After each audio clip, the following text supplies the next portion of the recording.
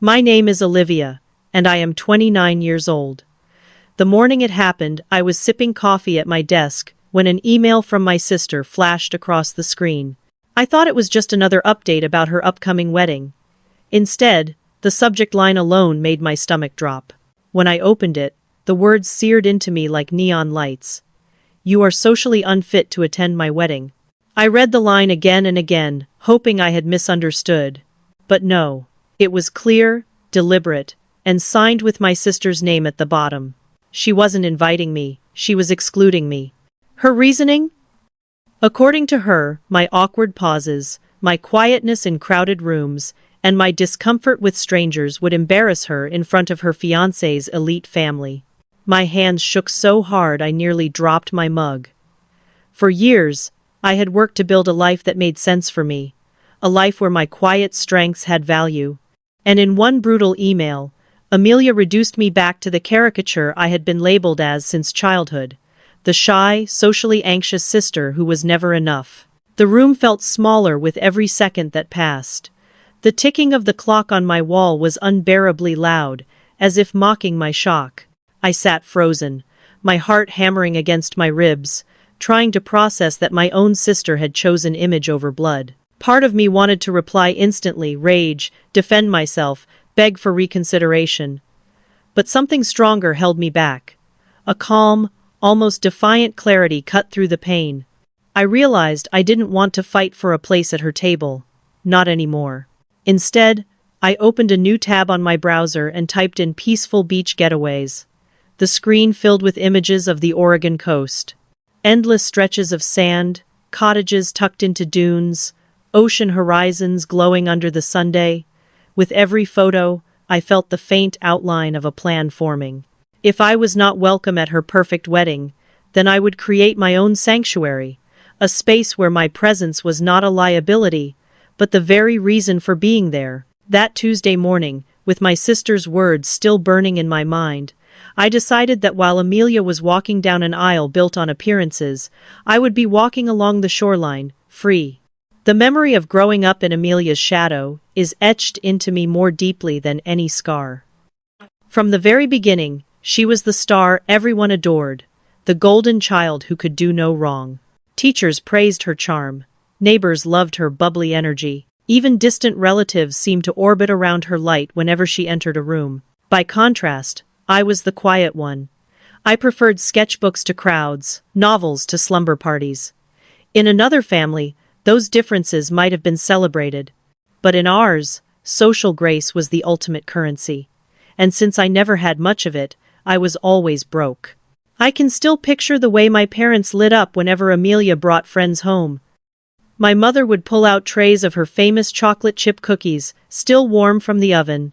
My father would stop whatever project he was working on, step into the kitchen, and make small talk with Amelia's guests, as if they were visiting dignitaries. When I invited someone over, which was rare, they received a quick hello before my parents drifted back into their own corners of the house. The message was loud, even if unspoken. Amelia's friendships were worth investing in. Mine were tolerated at best. The imbalance grew more obvious with time. By middle school, Amelia was hosting large birthday sleepovers for 12 or more friends. For my 10th birthday, after weeks of begging, my mother finally agreed to let me invite 5 classmates. Only 3 showed up. I overheard my mother sighing to my Aunt Susan in the kitchen saying, "I just wish Olivia would try harder to be like her sister." Amelia never had trouble making friends. That single comment hit harder than any insult. Standing there in my paper birthday hat, I felt like my very personality was a disappointment. By high school, our roles were cemented. Amelia was homecoming queen, student body president, the girl with a crowd always at her side. I was the quiet artist who ate lunch in the art room. My circle consisted of exactly 2 close friends, and even they sometimes looked at Amelia with awe, as if she was some celebrity walking the halls. At home, my social awkwardness became a family joke. My father would sit down at the dinner table and announce, "Olivia had another Olivia moment today," before launching into a story of how I stumbled over my words while ordering food or froze up when meeting a new neighbor. Everyone laughed. Not cruelly but casually, in that careless family way that cuts even deeper because it feels so normal. Amelia's role in those moments varied. Sometimes she defended me with a half-hearted, "Leave her alone." Other times, she mimicked my nervous tics with such accuracy that everyone erupted in laughter, including her. Yet in between those humiliations were flashes of tenderness that made everything more confusing. Like the time in 7th grade when a classmate called me a freak for eating lunch alone, and Amelia 2 grades ahead stormed into the cafeteria, shoved the boy's tray off the table, and told him he would regret ever opening his mouth again. Or the night after my high school graduation when she hugged me so tightly and whispered, "You made it," with a pride that seemed real. Those rare glimpses of sisterhood were enough to keep me holding on. They convinced me that maybe, just maybe, the cruel dynamics could one day change. But if I am being honest, the favoritism from my parents never did. Amelia's stories of parties, victories, and awards always dominated dinner conversations. My small wins, a good grade, a finished painting, even a scholarship, were acknowledged with polite nods, then brushed aside as soon as Amelia had something bigger to share. I learned to swallow disappointment quietly. I told myself that being overlooked was better than being mocked.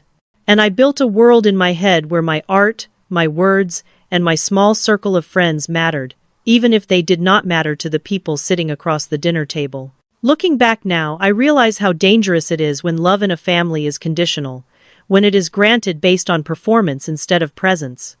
Amelia's shine was constant, but it also cast a shadow so dark that I often felt invisible within my own home. And maybe that was why the email about her wedding cut so deep. It was not just about being excluded from one event. It was the final confirmation of a truth I had been running from since childhood. In Amelia's world, in our parents' eyes, I had always been less. Now it was simply written out plainly, undeniable. If you have ever felt pushed aside in your own family, if you have ever been compared until you shrank inside yourself, let me know in the comments. Share your story. And if you are new here, subscribe, because what comes next in my journey is something you won't want to miss. The memory of my 10th birthday is carved into me like a wound that never fully healed. I can still see the streamers sagging from the ceiling, the half-deflated balloons taped awkwardly to the corners of our living room. My mother had reluctantly agreed to let me invite 5 girls from my class. I spent days writing out invitations in my neatest handwriting, daydreaming about what it would feel like to finally be surrounded by friends. When the day came, only 3 girls showed up. I pasted a smile on my face as we played board games and ate cake, but deep down, I could feel the emptiness of the missing chairs. The silence between the bursts of laughter was deafening. Then came the moment that seared itself into my heart. I slipped into the hallway to get more napkins, only to overhear my mother speaking to my Aunt Susan in the kitchen. Her voice carried a weight of disappointment as she sighed. "I just wish Olivia would try harder to be like her sister." Amelia never had trouble making friends. I froze. The paper napkins crumpled in my hands. My birthday hat slipped sideways on my head, the elastic band cutting into my chin. In that moment, the cake, the balloons, the laughter, it all dissolved. I was left with the crushing realization that my very personality was seen as a flaw. From then on, birthdays became a reminder of inadequacy rather than celebration. By contrast, Amelia's 16th birthday bash filled our entire house with more than a dozen girls. Music pulsed from her room, the scent of popcorn and pizza filled the air, and my parents hovered like attentive hosts at a gala. I watched from the shadows, unnoticed, as laughter spilled down the hallway like sunlight. School only amplified the divide. Amelia glided through social circles with ease, elected to every leadership position, crowned homecoming queen, the girl who seemed destined for greatness. Meanwhile, I carried my lunch tray into the art room, retreating to a corner where I could eat quietly while sketching in my notebook. I told myself that solitude was a choice, but the truth was, I never had the courage to insert myself into the bustling cafeteria tables where everyone else seemed to belong. At home, my struggles became family entertainment. My father had a routine. He would lean back in his chair at dinner and announce with a chuckle, "Olivia had another Olivia moment today." Then he would recount, in excruciating detail, how I had stumbled over my words when ordering at a restaurant or froze during small talk with a neighbor. The table erupted with laughter. My cheeks burned. I tried to laugh along, but each retelling chipped away at my self-worth. Amelia's role in those moments was complicated. Sometimes she defended me with a lazy, "Leave her alone," as if it was more about stopping the noise than protecting me. Other times, she mimicked my stammering with such uncanny accuracy that everyone doubled over, tears streaming down their faces. I would sit there, gripping my fork, wishing the floor would open and swallow me whole. What made it worse were the flashes of kindness that broke through. The time she stood up to a bully in 7th grade who called me a freak. The hug after my high school graduation, when she whispered, "You made it," with what felt like genuine pride. These moments left me conflicted. They were proof that she could care. They were proof that something better was possible between us. And yet, those glimpses never lasted. They were always swallowed by the larger pattern of dismissal, mockery, and comparison. By the time I reached high school, the roles were permanent. Amelia was the leader, the performer, the one whose name was always called over the loudspeaker for yet another award. I was the quiet one, tucked away in the art room, my value invisible. Looking back now, I realize how dangerous it is to grow up believing that love must be earned by performance. My parents never said it outright, but their actions made it clear. Amelia's light was worth nurturing. My quiet nature was something to be endured, if not corrected. And so, when Amelia's wedding invitation never came, when her email spelled out exactly why I was excluded, it felt like the culmination of a lifetime of subtle rejections. It was not a single cut. It was the reopening of every scar I had carried since that 10th birthday party. When I first realized I was a disappointment, the sting of being left out was not new. But this time, it was final. By the time I reached high school, the contrast between Amelia and me had grown into something almost theatrical. She was the star of every stage, the girl whose name filled the yearbook pages, the one everyone wanted at their parties. I was the opposite, the quiet artist who blended into the background, finding refuge in sketchbooks and paints instead of crowded hallways. Amelia's popularity was effortless. She glided into any room and conversations bloomed around her. Teachers adored her confidence. Coaches wanted her leadership. She was elected homecoming queen, student body president, and prom committee chair. She seemed to live in a constant spotlight, bathed in admiration. Meanwhile, I spent most lunches in the art room, sketching in silence with the smell of paint and clay around me.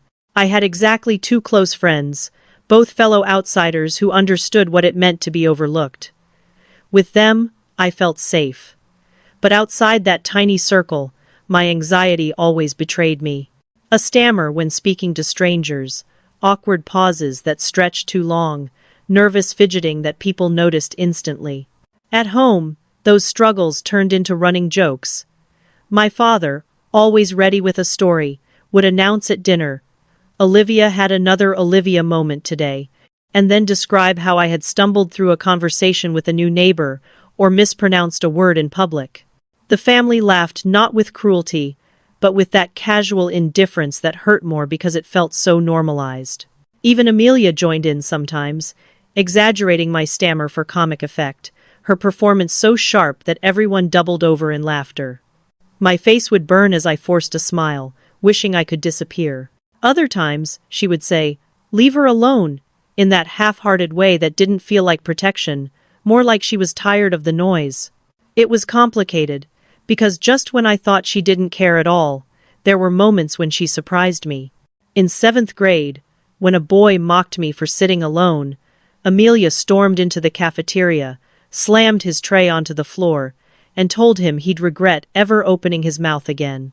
That day, she looked like a warrior, and for a moment, I believed she might actually be my protector.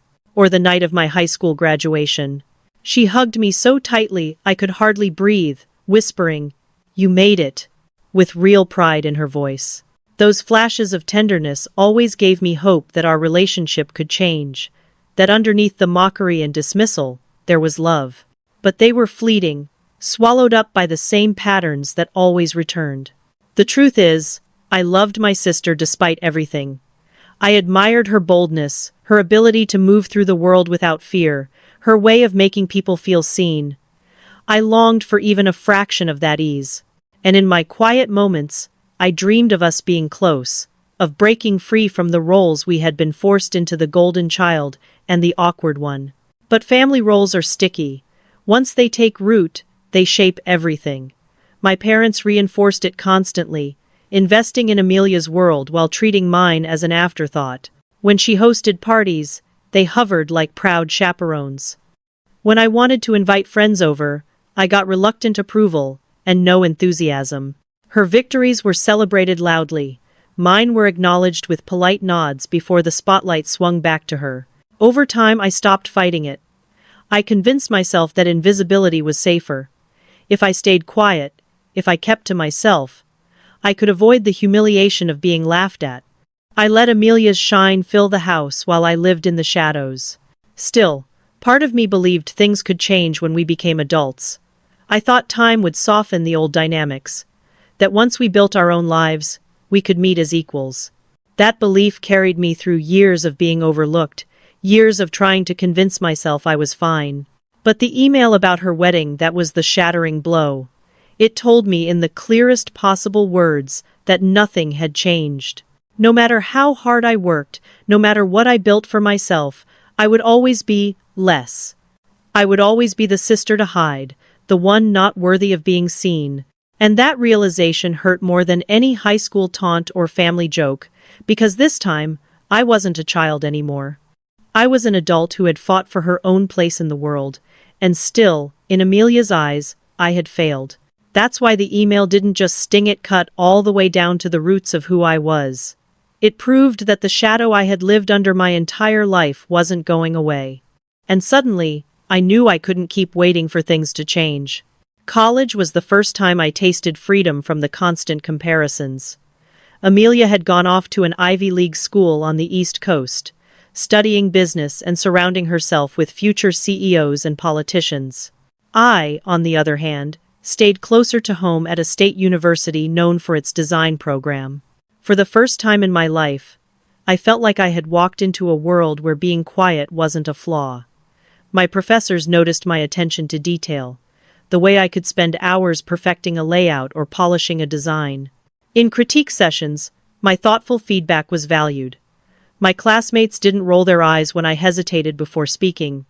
They leaned in, listening carefully. For once, my slow, deliberate words mattered.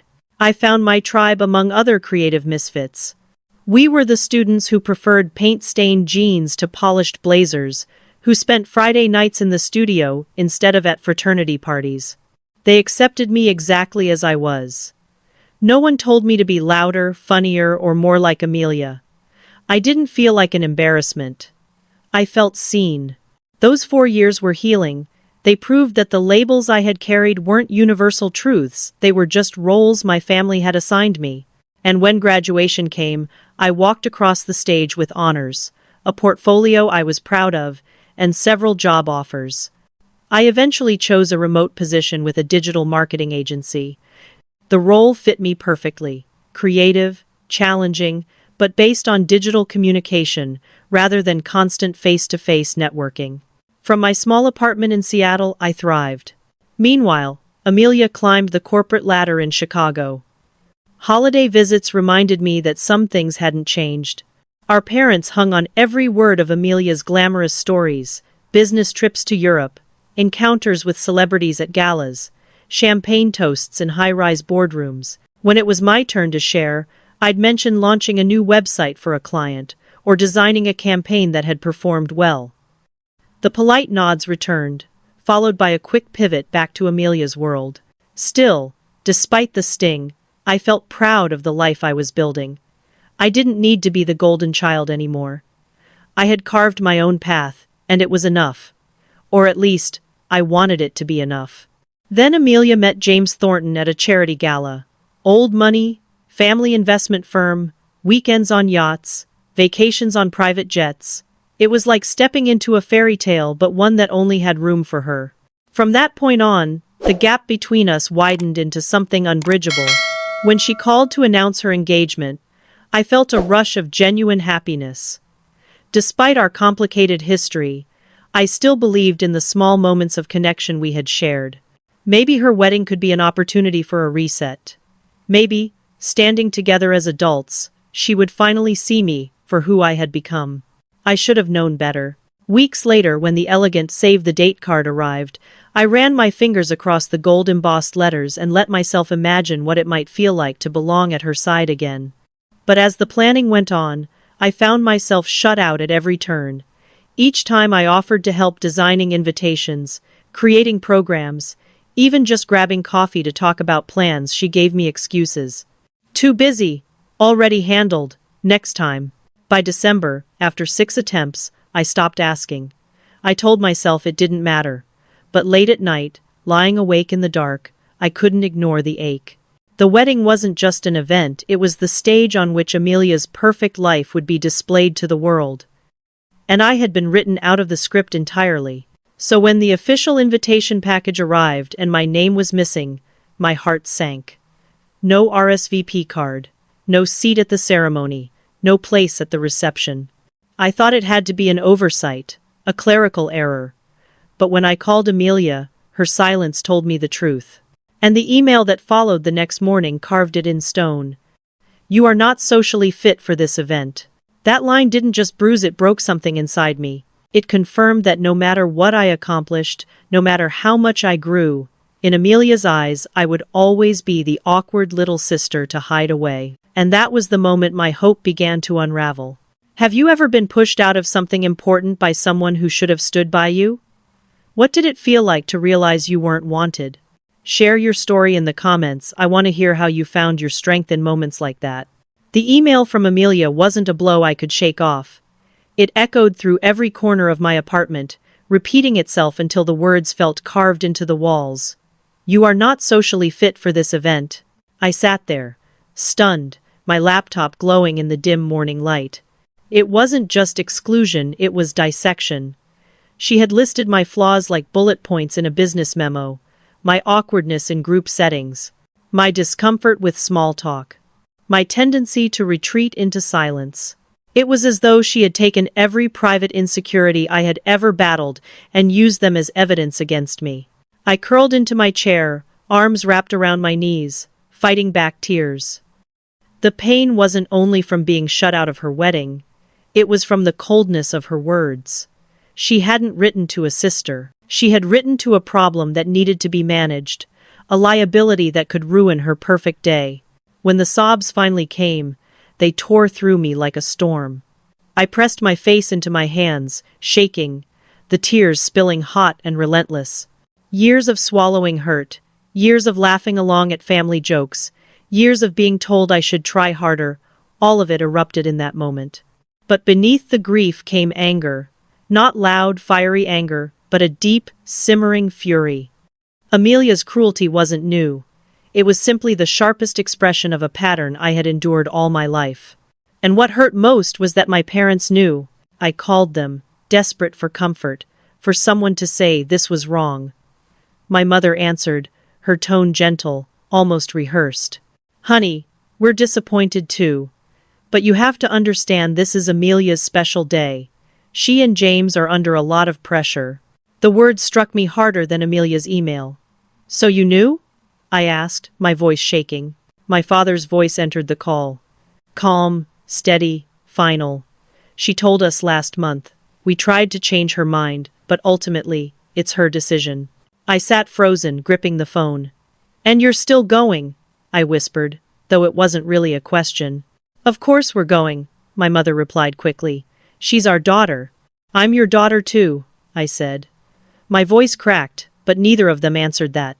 Instead, my mother offered a consolation.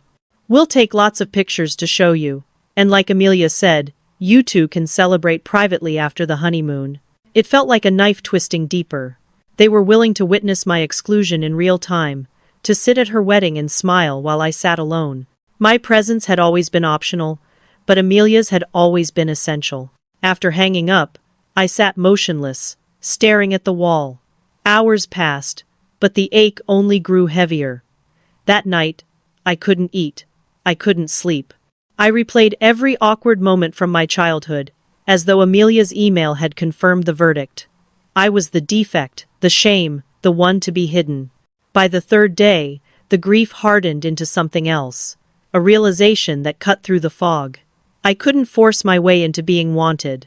I had spent my entire life trying to earn a place at the table through good grades, hard work, a successful career. But no matter how much I achieved, in their eyes I was still the awkward one, the social liability. If Amelia's wedding was meant to be perfect without me, then maybe it was time I gave myself permission to walk away. At 2:30 in the morning, in the quiet hum of my apartment, I opened my laptop again. This time, I didn't draft a pleading email. I searched for something else. Peaceful beach retreats, Oregon coast. The images that appeared glowed like a lifeline. A small cottage in Cannon Beach caught my attention. Blue shingles, white trim, windows facing the sea. The listing showed a fireplace, a cozy breakfast nook, and a bed draped in white linens. It was available for the exact dates of Amelia's wedding. Without hesitation, I booked it. 4 nights, Thursday through Monday. The confirmation email arrived seconds later, and with it came a wave of relief. For the first time in days, I slept. This wasn't about escaping anymore. It was about reclaiming something I had been denied my whole life. The right to choose myself. The moment I clicked confirm booking, something shifted inside me. For the first time in years, I felt like I had taken control of my own story. Amelia could have her gold-embossed invitations, her high-profile in-laws, and her flawless facade. I would have the ocean. The next morning I woke with a sense of purpose I hadn't felt in weeks. If I was going to turn this into a retreat, it needed to be more than running away. It had to be an act of healing. So, I opened a blank document on my laptop and typed a title across the top. Cannon Beach Healing Retreat. Underneath, I began listing everything I wanted to do. Hike coastal trails, journal at sunrise, paint watercolors while watching the waves, read the stack of books I had been saving for someday. For once, someday had arrived. I told exactly one person about my plan, Laura. My best friend from college and the only person who had ever seen me without judgment. When I read Amelia's email aloud to her over the phone, Laura's outrage practically shook the line. "That's absolutely unacceptable," she snapped. "And your parents are okay with this?" "Not okay," I admitted. "But they're still going to the wedding. They think I should understand." Her voice softened. "Her special day should include her sister. Unless you're a convicted felon or planning to object at the ceremony, there's no excuse." That made me laugh, a sound I hadn't made in days. "Not currently," I teased. "Then there's zero excuse. Want me to drive up and join you at the beach? We could throw our own anti-wedding party." The offer warmed me, but I shook my head even though she couldn't see me. "I think I need this time alone, to process, to figure out what kind of relationship, if any, I want with my family moving forward." Laura paused, then said, "I respect that. But promise me you'll text every day, so I know you haven't been kidnapped by beach hermits." That weekend, I went shopping with intention. Comfortable hiking shoes, a waterproof jacket for unpredictable weather, a new journal with a blue leather cover that reminded me of the ocean, and clothes that made me feel not just comfortable, but confident. In the dressing room I caught sight of myself in the mirror. For a moment, I didn't see the awkward little sister. I saw a woman standing tall, meeting her own gaze. "You are enough," I whispered. "Exactly as you are." The week before I left, I cleared my schedule at work, finished projects ahead of time, and sent an out-of-office email. It was another quiet victory. Proof that the career my parents dismissed as less impressive gave me freedom Amelia's corporate ladder never could. The night before departure, I packed with care. Each item folded felt like a promise to myself. This was not an escape forced on me. It was a choice I made. For once, I wasn't the one being removed. I was the one removing myself from their expectations, their labels, their judgment. When dawn broke gray and misty over Seattle, I loaded my car and silenced my phone. My mother called, her voice in a voicemail urging me to reconsider, to at least come for part of the wedding weekend. But I deleted it. Her concern wasn't that I had been hurt, but that I might be lonely while they celebrated without me. What she didn't understand was that solitude wasn't my enemy. It was my salvation. I pulled onto Interstate 5, the city fading behind me. With every mile south, the knot in my chest loosened. By the time I crossed the Columbia River into Oregon, I was singing along to the radio off-key, unashamed, free. The coastline appeared like a gift, waves crashing against cliffs, the horizon endless. When I finally turned onto the quiet street where my rental cottage stood, I felt a calm I hadn't known in years. The blue-shingled house looked exactly as promised, perhaps even more beautiful. Inside, fresh flowers waited on the table, a telescope pointed at the sea. It felt like someone had prepared this place just for me. That first walk down the beach path was like stepping into another life. The sand stretched wide and empty, the salt air stung sweet against my face, and the roar of the ocean drowned out Amelia's voice in my head. I walked until the sun dipped low, painting the sky in orange and pink. For the first time I didn't feel invisible, I felt infinite. And yet, as night fell and I curled up with a book by the fire, a strange tension lingered inside me. Amelia's wedding was just days away. My absence would not go unnoticed. What I didn't know then, what I couldn't have imagined, was how my absence would become the very thing that unraveled her perfect day.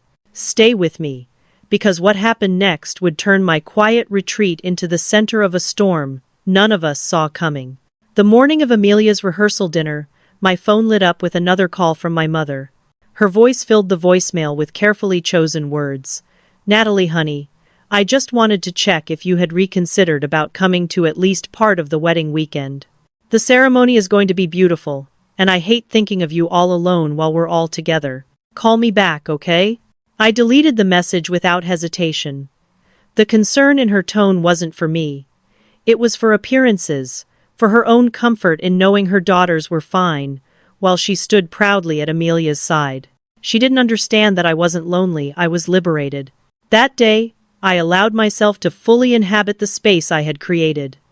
I brewed coffee, carried it to the deck, and watched the mist roll off the ocean. The air smelled of salt and pine. A group of early morning walkers passed in the distance, their dogs bounding across the sand. For once, I didn't feel like an outsider looking in. I felt part of something vast and alive. Later, I laced up my new hiking shoes and set off along a coastal trail I had researched. The path climbed through dense forest, the canopy dripping from the morning fog.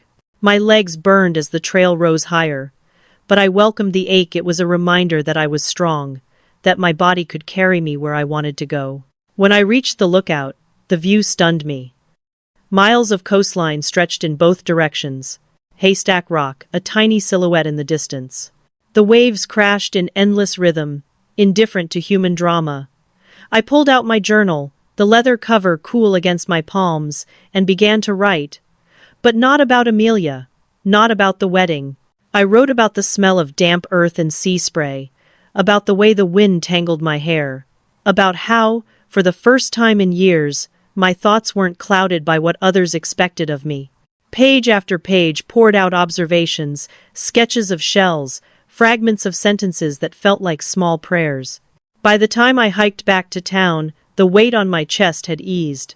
I showered, changed into a simple sundress, and decided to treat myself. There was a little seafood restaurant I had marked on my list, perched right at the edge of the beach. I asked for a table by the window, and ordered the day's catch with a glass of crisp local wine. Around me, couples leaned close in whispered conversations. Families wrangled children with crayons. Friends laughed over shared appetizers. Normally, being alone in such a setting would have made me shrink into myself. But not that night. That night, I sat tall, savoring every bite of perfectly grilled fish, every sip of wine. When the server asked if I wanted dessert, I surprised myself by saying yes. The berry cobbler arrived warm, steam curling upward, a scoop of vanilla ice cream melting into the fruit. I ate it slowly, unapologetically, without a single thought about calories or restraint. Walking back to the cottage under the glow of street lamps, I realized something had shifted. I wasn't the awkward girl hiding in the bathroom at parties. I was a woman choosing solitude on her own terms. A woman who could find joy in her own company. When I returned, the blinking light on my phone caught my eye. Notifications. Dozens of them. I had left the phone charging on the table, set to airplane mode for most of the day. Now, it buzzed relentlessly as soon as I turned it on. 15 missed calls, 23 texts, 7 voicemails. For a moment, panic gripped me. Had something happened to my parents? My hands shook as I scrolled. The most recent message was from Laura, sent just 30 minutes earlier. Call me as soon as possible when you get this. Serious wedding drama. Before I could even dial, the phone rang again. Laura's name filled the screen. When I answered, her voice was breathless. Thank God. I've been trying to reach you all afternoon. My heart raced. What's going on? Is everyone okay? Physically, yes, she said, pausing for dramatic weight. But emotionally? Your sister is having a complete meltdown. James left her at the altar. I froze, the words hanging in the air like smoke. Left her at the altar? My mind couldn't process it. Not Amelia. Not the sister who built her life on perfection, who had planned every detail down to the monogrammed napkins. Laura continued. And the craziest part? You were the reason. I gripped the edge of the sofa, my breath shallow. Me? Yes, Laura said. From what Jenna overheard, she's my cousin, remember, the one who works at the hotel. It all came out this morning. James had no idea you'd been uninvited. When his sister asked where you were, Amelia gave some vague excuse. But Emma pressed, and James realized the truth. He was furious, said he couldn't marry someone who would treat her own sister that way. I sat in stunned silence. My absence, my deliberate choice to walk away, had been the stone that shattered Amelia's carefully built facade. And as the waves outside crashed against the shore, I realized that the retreat I thought was just about survival had turned into something far bigger. Laura's words swirled in my head like a storm I couldn't escape. James left Amelia at the altar because of you. I sat there in the cottage, phone pressed to my ear, staring out at the black ocean. The rhythmic crash of the waves did nothing to steady my breathing. That doesn't make sense, I whispered. James barely knows me. Why would he end an entire wedding over my absence? Because it wasn't just your absence, Laura said firmly. It was the lie. He found out Amelia deliberately cut you out, and when he pressed her, she doubled down. He saw it for what it was, cruelty, and apparently, his sister Emma backed him up. She told him point blank that excluding you was unforgivable. I swallowed hard. My hands trembled, but not from fear, from something else. Vindication, maybe, or disbelief. After all these years of being told I was too much or not enough, suddenly my absence had been powerful enough to break Amelia's perfect world apart. What happened next? I asked, my voice barely steady. Laura sighed. Chaos. Absolute chaos. Guests sat there waiting while Amelia locked herself in the bridal suite, sobbing. Your parents were running around trying to salvage what they could. James refused to go through with it. By the time people realized what was happening, the news had already leaked. There are pictures on Instagram, Natalie. People are posting about the groom walking out. And the reason? You. The words hit me again, heavier this time. Me. My entire life I had been the one erased, minimized, silenced. And now, I was suddenly the center of a story that was unraveling across hotel ballrooms and social media feeds. My phone buzzed again with another call, my mother's number flashing on the screen. She keeps calling, I muttered. Don't answer, Laura said quickly.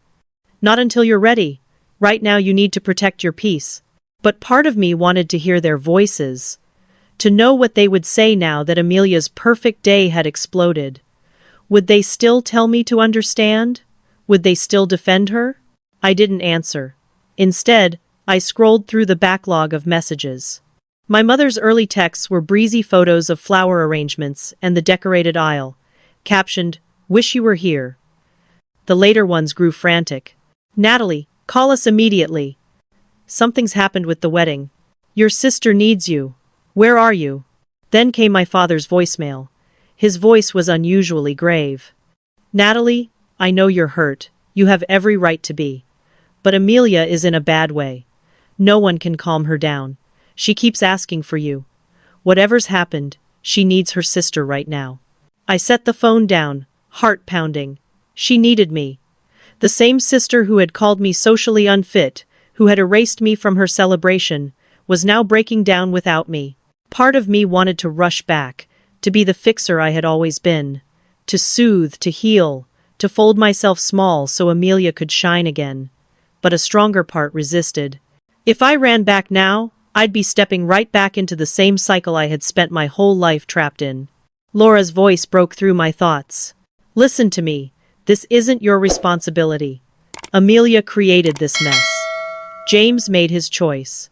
Your parents made theirs. You don't have to rescue anyone this time. Her words echoed like truth I had waited years to hear. But even as I sat there, waves pounding outside, another question rose inside me. If Amelia truly wanted me now, was it because she finally saw me, or because she was desperate to repair her image? And that question left me trembling, because the answer would determine everything about the future of our relationship. What would you have done if you were in my place? Would you have gone back to comfort your sister, or stayed away to protect your own healing? Tell me in the comments. I need to know how others would have handled this crossroads. That night in the cottage, I sat on the sofa with the fire flickering low, the phone buzzing endlessly on the table beside me. Each vibration was another reminder of the chaos unraveling miles away. My parents, my sister, guests I hadn't even met. All of them were caught in a whirlwind that somehow revolved around me, the sister who wasn't even invited. And then the phone rang again. But this time it wasn't my parents. It was a number I didn't recognize. Against my better judgment, I answered. Is this Natalie Adams? A male voice asked. Yes, I said cautiously. This is James Thornton. Or, I suppose, Amelia's ex-fiancé now. I froze. Of all the calls I expected, his was the last. James, I managed. I just heard what happened. I'm sorry. Don't apologize, he said firmly. His voice carried exhaustion but also clarity, like a man who had been holding his breath for too long. If anyone should apologize, it's me. I had no idea Amelia excluded you. When Emma, my sister, asked where you were, I told her you must have had a work commitment. I didn't imagine Amelia would cut her own sister out of the most important day of her life. The words poured out before I could stop them. She thought I would embarrass her. She said I was socially unfit. James sighed. That's exactly what she said when I confronted her. She tried to frame it as protecting you, sparing you from discomfort. But Emma showed me the posts. The fact that you'd been left out of everything, not just the ceremony. It wasn't protection, it was exclusion. And I realized it wasn't just about you. It was about who Amelia really island. I didn't know what to say. My entire life, I had been silenced in rooms where Amelia's voice dominated. Now here was James, the man who had promised her forever, seeing me more clearly than my own family ever had. My sister has severe social anxiety, James continued. She's been in therapy for years, and sometimes she needs medication just to get through a dinner party. I know what it looks like, and I know what it feels like. So when Amelia dismissed you as defective, it showed me something I couldn't ignore. If she could treat her own sister like that, then what kind of partner would she be to me? The fire popped in the hearth, the only sound in the silence that followed. I finally whispered, I'm sorry your wedding day turned out like this. I'm not, James replied. Better to learn now than later. At least this way. I didn't build a marriage on lies. There was something steady, almost kind in his tone. I wanted you to know, Natalie, he added, that none of this was your fault. If anything, your absence gave me the clarity I needed. You showed me who she really is, even without being in the room. When the call ended, I sat staring into the flames, my heart a tangle of emotions: vindication, sorrow, guilt, and an odd flicker of relief. I hadn't wanted Amelia's life to fall apart. I hadn't wished for her humiliation, but there was no denying that for once, the truth about our family dynamic had been exposed to the world. The phone buzzed again, my mother this time, leaving another voicemail. Her voice cracked with desperation. "Natalie, please. Amelia needs you. She keeps asking for you. We can't calm her down. Whatever's happened, she needs her sister." I pressed delete without listening further. Because here's what I finally understood. Running back into the storm would only reinforce the roles that had broken me in the first place. For once, I didn't want to be the rescuer. I wanted to be the woman who chose herself. And as the storm outside rolled in from the Pacific, rain pounding against the cottage windows, I realized I had a choice to make. Would I step back into the wreckage Amelia had created? Or would I finally stay in the sanctuary I had built for myself, no matter how loudly they called my name? The storm outside matched the storm in my head.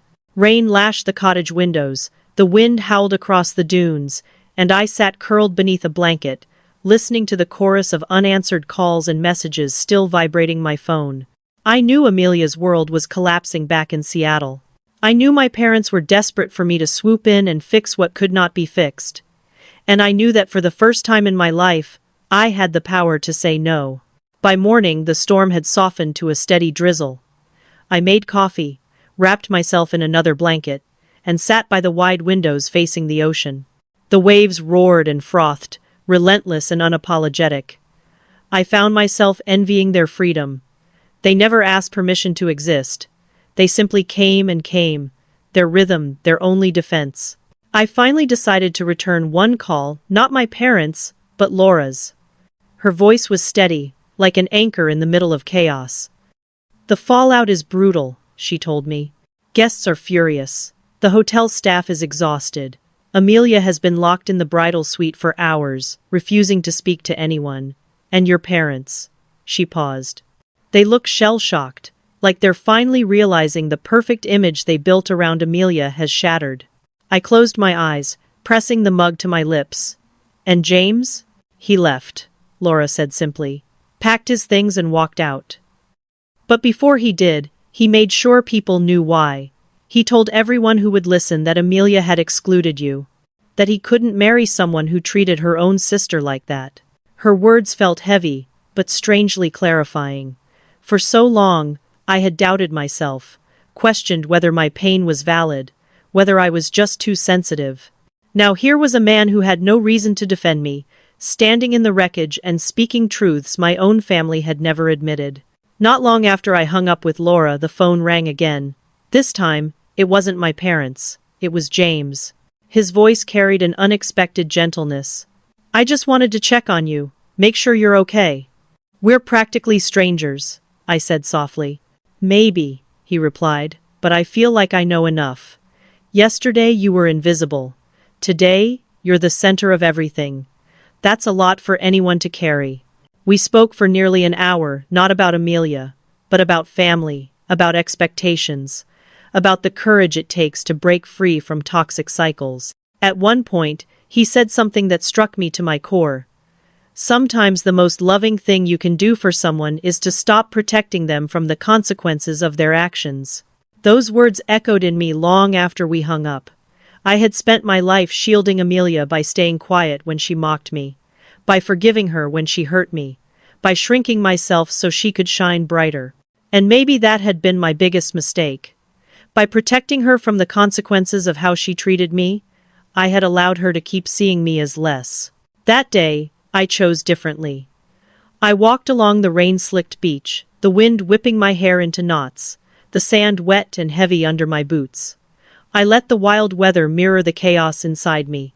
And as I walked, I realized I didn't have to run back. Not yet. Instead, I extended my stay at the cottage by 3 more days. I emailed my boss for additional leave and closed my laptop. My parents could call, Amelia could beg, but I wasn't going to fold this time. When I texted Laura to tell her my decision, she responded almost instantly. "Proud of you. Boundaries are love too."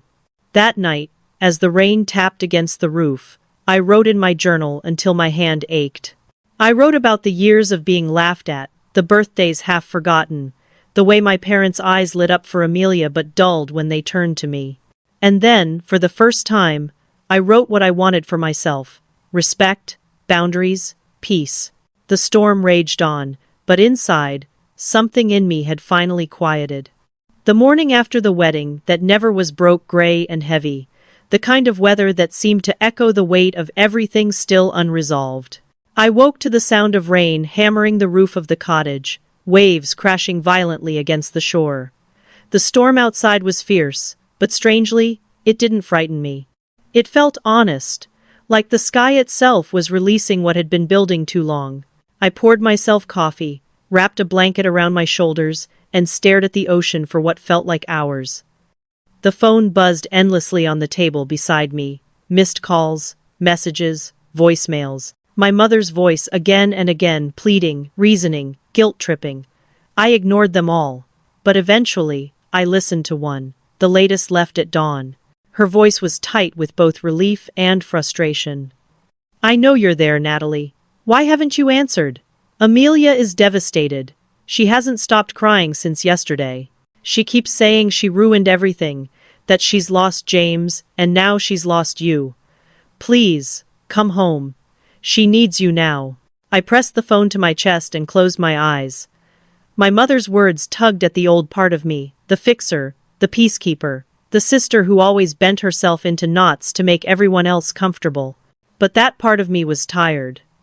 And for once, I had the strength to resist. When she called again, I answered. Calmly, I told her, "I'm not coming back today." I extended my stay here until Wednesday. The silence on the other end stretched long before she said, "But Amelia needs you now." "And I needed her support my entire life," I replied. The steadiness of my own voice surprised me. I needed a family who didn't treat my personality as a defect. I needed a sister who was proud to have me at her wedding. Her sigh was heavy, laced with the same frustration I had heard my whole life. "Natalie, we all made mistakes, but can't you set this aside for now?" "No," I said simply, and for the first time the word didn't feel like defiance. It felt like truth. After the call ended, I felt lighter, stronger, almost free. That afternoon, James called again. His tone was gentler than before. "I just wanted to thank you," he said. "Talking to you helped me see clearly. I don't regret walking away. If Amelia can't respect her own sister, then she could never respect me." We spoke for nearly an hour, not about the drama but about choices, about courage, about how sometimes love means letting people face the fallout of their own actions. His words lingered with me. Sometimes the kindest boundary is the one that looks like abandonment. I walked the beach after that call, the rain easing into mist, the horizon stretching wide and endless. Every step felt like a declaration. I was no longer the sister hidden in the shadows. I was no longer the daughter overlooked at the dinner table. I was a woman choosing her own path, even if it led me away from the family that had never fully embraced me. That night, as I lit a fire in the cottage and listened to the storm finally begin to break, I felt clarity settle in my chest. I didn't know what Amelia would say when I finally agreed to meet. I didn't know if my parents would ever understand. But I knew one thing for certain. When I returned to Seattle, I would no longer play the role they had written for me. And what came next, the moment Amelia and I sat face to face for the first time, after it all would change everything. Before we step into that confrontation, tell me this. Have you ever had to draw a line so sharp that even your own family didn't recognize you anymore? How did it feel to finally say no? Share your stories, I promise. Someone else needs to hear them. By the time Wednesday came, the storm had passed. The Oregon coast glistened under a rare stretch of sunlight, the wet sand sparkling as though the world itself had been washed clean.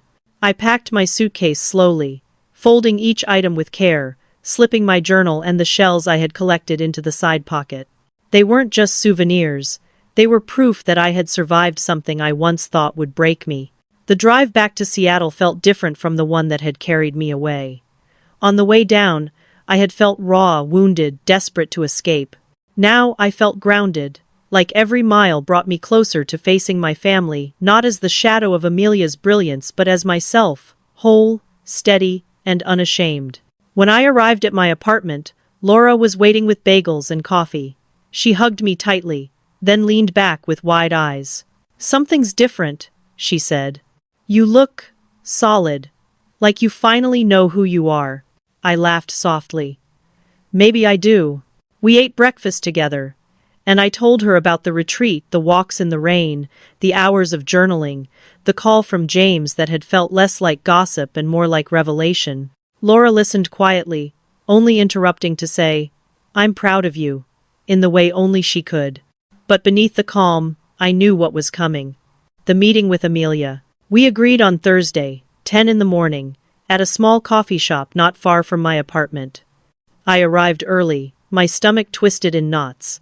I chose a table in the corner, partly hidden by a tall plant, giving us privacy. I sat with my hands wrapped around a mug of coffee, staring at the door, rehearsing what I would say. At exactly 10 she walked in. My breath caught. Amelia, the golden child, the flawless star, looked like a ghost of herself. Her hair, usually styled to perfection, was pulled into a plain ponytail. Her face was bare, her eyes swollen from crying. She wore jeans and a simple sweater, no designer label in sight. "Natalie," she said, her voice cracking, "thank you for meeting me." I gestured to the chair across from me. "Would you like some coffee?" She shook her head. "I can't stomach much right now." She sat, her hands twisting in her lap, and for the first time in my life, I saw my sister unsure of herself. The silence stretched until she finally spoke. "I'm sorry," she blurted out. "I'm so sorry for excluding you. It was cruel, it was unfair, and I have no excuse." I took a slow sip of my coffee. "Why did you do it, Amelia?" "Really?" Her eyes dropped to her hands.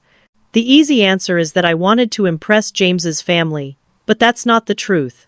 She drew in a shaky breath. "The truth is, I've always been jealous of you." The words hit me like a wave I hadn't seen coming. "Jealous? Of me?"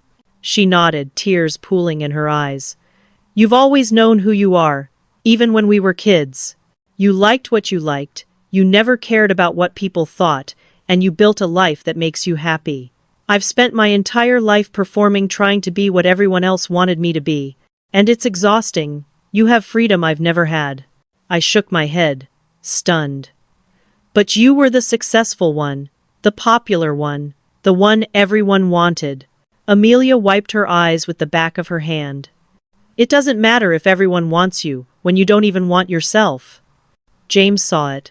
He told me that excluding you showed exactly who I really was, someone so insecure I would hurt my own sister just to protect an image. And he was right. The rawness in her voice disarmed me. For the first time, I wasn't staring at the golden child. I was staring at a woman unraveling under the weight of her own choices. "I don't expect you to forgive me," she whispered. "But I want you to know, James was right to leave. Because the person I became, the person who could do that to her sister, didn't deserve a happy ending." Her words hung between us like fragile glass. I reached across the table, surprising us both, and took her hand. "This isn't about deserving, Amelia. It's about growing. If you can see what was wrong, then maybe there's hope." We sat there for nearly 3 hours, peeling back layers of childhood wounds, misunderstandings, and regrets. It wasn't easy, it wasn't clean. But for the first time, it was honest. And as we parted that morning, I realized that sometimes the people we envy are the ones who are carrying the heaviest chains. The coffee shop meeting left me shaken in ways I hadn't expected. Walking back to my apartment, I felt as though the ground beneath me had shifted. For years, I had built my identity around being less than Amelia. Less popular, less graceful, less worthy. But now she had confessed something I never could have imagined. That behind her perfect facade, she had felt hollow. That she envied me. That night, I couldn't sleep. I replayed our conversation again and again. The way her hands trembled as she admitted her jealousy. The cracks in her voice when she described feeling like a performer in her own life. It was almost surreal to imagine that the sister I had envied was drowning while I had been quietly learning to swim. But one truth stood out through the haze. Forgiveness wasn't a single decision. It was a process. one that required both of us to keep showing up, over and over. And for the first time, I wasn't sure I wanted to rush into it. The next day, my parents called, begging for a family meeting. I hesitated, but eventually agreed. We gathered at their house on Saturday afternoon, a place still filled with the ghosts of my childhood. The walls were lined with framed photos: Amelia in her prom dress, Amelia at her college graduation, Amelia shaking hands with executives at her first big job. There were no photos of me, not one. When I stepped inside, my mother greeted me with a long hug. My father patted my back awkwardly. Amelia sat on the couch, looking smaller than I had ever seen her. The silence was suffocating until my mother spoke. "We've all made mistakes," she said, her tone careful. "But we can move forward. We just need to put this behind us." Her words made my chest tighten. Put this behind us. As though decades of dismissal and exclusion could be swept under the rug, I straightened my shoulders. "I can't just forget," I said. "This wasn't one mistake. This was a lifetime of being treated as less. And Amelia's wedding was only the latest example." My father frowned, uncomfortable.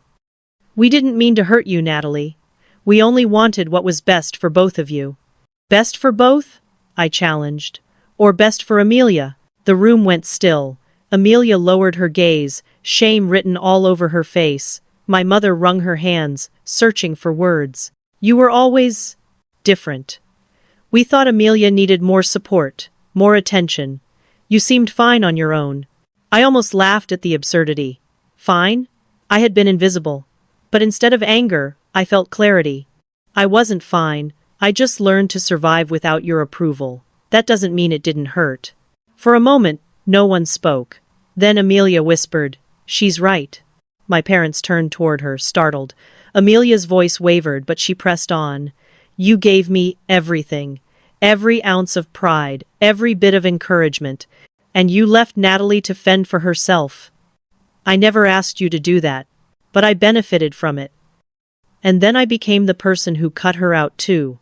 I don't deserve forgiveness yet. But I want to earn it." Her admission hung in the air like fragile glass. For the first time, my parents had to face the imbalance they had created. My mother's eyes filled with tears. My father looked away, his jaw clenched tight. I felt a strange mix of sorrow and release. I had wanted this acknowledgement for so long, but now that it had arrived, it felt almost anticlimactic. Words couldn't undo the past. Only actions could. "I'm not asking for perfection," I said quietly. "I'm asking for respect, for honesty, for space to be who I am, without being mocked or erased." It was a line drawn in the sand, one I had never dared to draw before. The meeting ended without resolution, but with something new. Truth laid bare.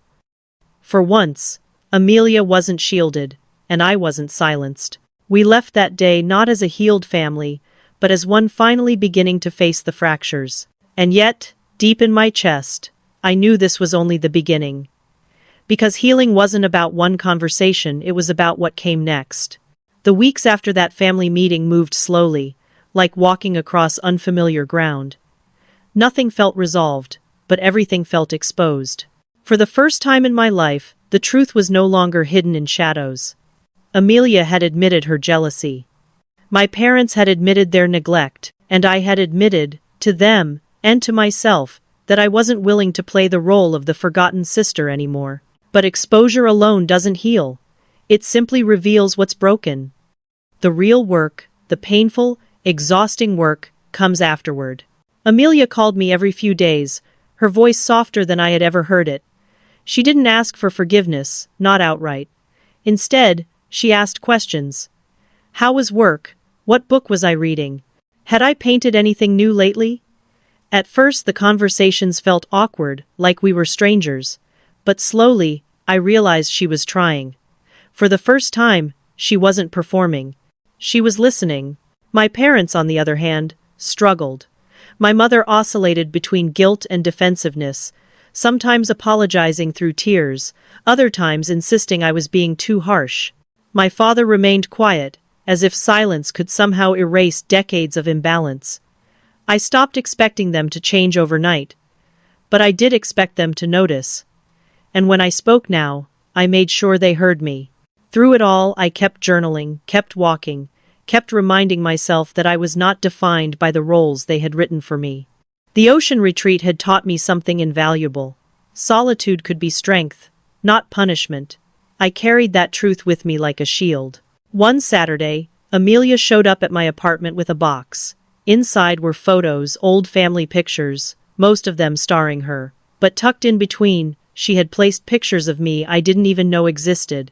Me at 6 years old, clutching a paintbrush with a smear of blue on my cheek. Me at 12, sitting cross-legged in the grass, nose buried in a book.